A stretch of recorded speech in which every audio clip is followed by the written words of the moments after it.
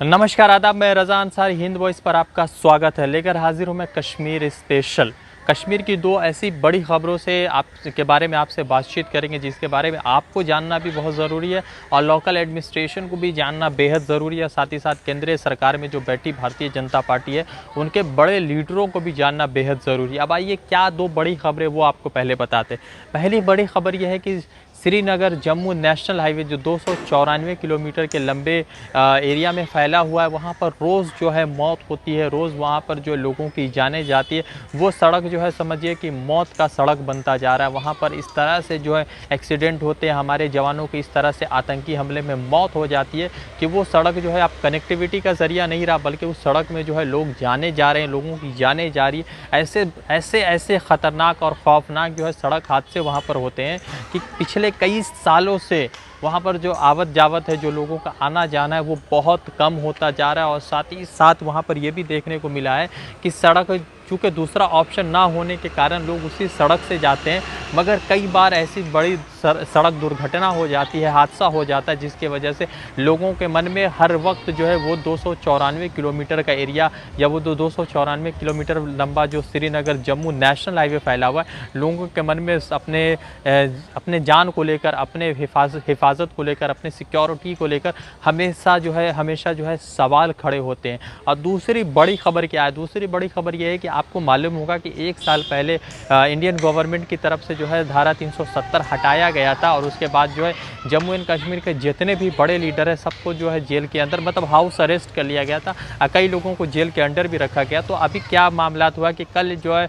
जितने भी लीडर को छोड़ा गया, कुछ रोज़ पहले छोड़ा गया था, सबको रिलीज़ किया गया। तो सारे लीडर एक साथ आते और फिर से जम्मू एंड कश्मीर में 370 की बात करते और कहते हैं कि हमारी लड़ाई अब एक की लड़ाई और हम ये लड़ाई उस वक्त तक लड़ेंगे क्योंकि जब तक ये जम्मू एंड कश्मीर में फिर से 370 लागू नहीं हो जाता है। अब दो जो बड़ी खबरें वो मैं आपको जो है इस पर जो है विस्तार से बातचीत करेंगे, जानेंगे इसके पीछे का पहलू क्या है, इसके पीछे कारण क्या है, किस तरह दुर्घटना होती, क्यों जो है जम्मू एंड कश्मीर में फिर से जो है 370 लाने की बातचीत की जा रही है। सबसे पहले जम्मू श्रीनगर नेशनल हाईवे की बात करें। Jammu and Srinagar national highway 294 kilometre तक फैला हुआ है और जम्मू और श्रीनगर के बीच जो है कनेक्टिविटी का एक सबसे बड़ा ज़रिया और आप मान सकते हैं कि एक वाहिद ज़रिया है। और इसके बाद जो है वहाँ पर 294 किलोमीटर का जो एरिया है वहाँ पर ऐसे बड़े सड़क हादसे होते हैं, ऐसी दुर्घटनाएं होती है जिसकी वजह से जब लोग सड़क से गुजरते हैं तो उनके मन में कई सारे सवाल पैदा हो जाते हैं। अब इसके पीछे का कारण आपको बताते क्यों है। सबसे बड़ी कारण ये बताई जा रही है कि वहाँ पर जो है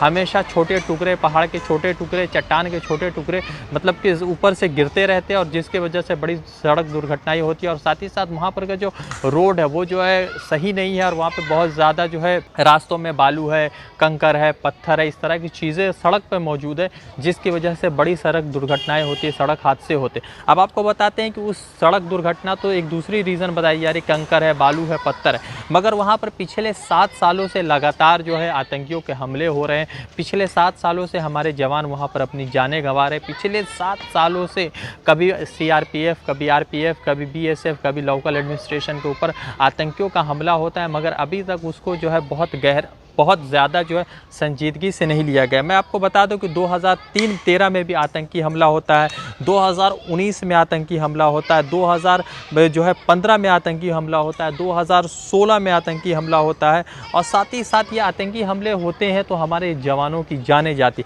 अब आपको जो है इसके पीछे जो एक बड़ी वजह है श्रीनगर जम्मू नेशनल हाईवे पर, उसमें जो है एक 100 किलोमीटर का एरिया है। हाईवे का 100 किलोमीटर का लंबा हिस्सा जवाहर टनल है। एक जवाहर टनल से श्रीनगर बाईपास के बीच होकर गुजरता है और ये इलाका जो 100 किलोमीटर का इलाका है, जो जवाहर टनल से जो है श्रीनगर बाईपास के बीच होकर गुजरता है, ये बहुत सेंसिटिव एरिया है। यहाँ पर ज़्यादातर आतंकी हमले होते हैं और आतंकी हमलों में जो है हमारे कई सारे जवान अब तक वहाँ पर शहीद हो चुके हैं, उनकी जानें जा चुकी हैं। और ये आतंकी हमले उस एरिया में कहा जाता है कि आतंकवाद जो है, या आप कह सकते हैं कि मिलिटेंट या ऐसे लोग जो हिंदुस्तान और साथ ही साथ आर्मी पर हमेशा अटैक करते हैं, उनका एक ग्रोह काम करता है और इसी वजह से पिछले कई सालों से लगातार वहां पर हमले हो रहे हैं।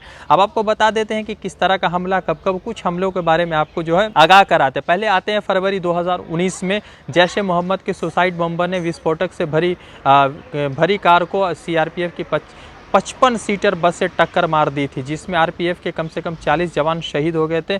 ये जवान लोथपेरा अवंतीपुरा जा रहे थे। ये जवान जो अवंतीपुरा जा रहे थे, यानी कि फरवरी 2019 में 55 लोग जाते। फिर उसके बाद जो है 2013 में जम्मू और कश्मीर में घुसपैठ की खबर आती है। फिर उसके बाद 24 जून 2013 को कासिम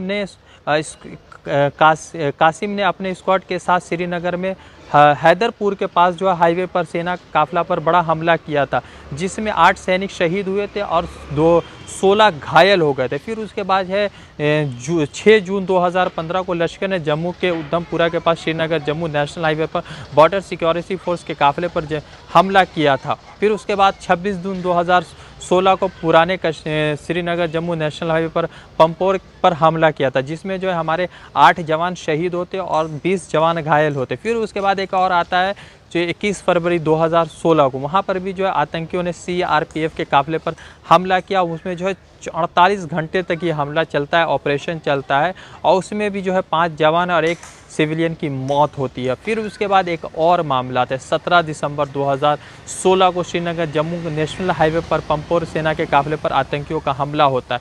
फिर आता है 24 जून 2017 को श्रीनगर जम्मू नेशनल हाईवे पर पंथी चौक पर हथियारों से लैस आतंकियों ने CRPF की पेट्रोल पार्टी पर हमला किया, जिसमें 2 जवान शहीद हो गए हैं। लश्कर तैयबा ने इस हमले की जिम्मेदारी कबूल भी की थी। तो आपको जितने हमले मैंने बताए, ये सारे हमले Jammu and Kashmir national highway से जुड़े हैं, या कहीं ना कहीं नेशनल हाईवे से होकर ही ये मतलब कि जिस जगह पर हमला करना था आतंकी वहाँ पर गए हैं। दूसरी बड़ी खबर जो मैं आपको बता रहा हूँ कि जब जम्मू एंड कश्मीर में जो है 2019 में वहाँ का धारा 370 ख़त्म किया गया था, तो उस ज़माने में जो है वहाँ पर जितने भी बड़े लीडर थे, चाहे आप तारेगामी, उमर अब्दुल्ला, फ़ारूक अब्दुल्ला, महबूबा मुफ्ती, या जो भी लोकल एडमिनिस्ट्रेशन या लोकल पावरफुल लोग हैं, उन सबको हाउस अरेस्ट किया गया था। मगर जब ये इन लोगों को छोड़ा जा रहा है, तो ये लोग, जिसमें जो खास जो है बड़ी पार्टियाँ, जो 6 मेजर स्ट्रीम पार्टियाँ, जिसमें नेशनल कॉन्फ्रेंस है, पीपल डेमोक्रेटिक पार्टी है, कांग्रेस पीपल कॉन्फ्रेंस है, CPM है, या अवामी नेशनल कॉन्फ्रेंस है, ये जम्मू एंड कश्मीर की 6 बड़ी पार्टियाँ हैं। इन लोगों ने ये डिमांड किया है कि जम्मू एंड कश्मीर में हालात उसी वक्त ठीक हो सकते हैं जब फिर से यहाँ पर धारा 370 ख़त्म हो जाए,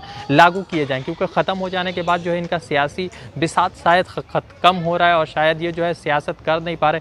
इसलिए कहा जा रहा है कि फिर से जब ये लागू हो जाएगा तो फिर से हम जो है अपनी चीज़ें वहाँ पर कर पाएंगे और हमारा सियासत भी गर्म हो सकता है। वैसे एक बात मानने वाली है कि पिछले साल भर से वहाँ पर लॉकडाउन था, उसके बाद जो है ये आप कह सकते हैं कि कोरोना वायरस की महामारी हो गई, तो सरकार की तरफ से क्या कदम उठा रहा है या किस तरह से फेल हुआ, वो भी चिंता का एक बड़ा विषय है। मैं रज़ा अंसारी आपको कश्मीर के मुद्दे पर अपडेट कर रहा था। फिर जुड़ूंगा किसी नई रिपोर्टिंग के साथ, किसी नए टॉपिक के साथ। तब तक आप सुरक्षित रहे, अपना ख्याल रखें और मास्क पहन कर रखें। मेरे पास भी मास्क है, रिपोर्टिंग के दौरान मैंने हटा ली थी। फिर मुलाकात होगी, शुक्रिया।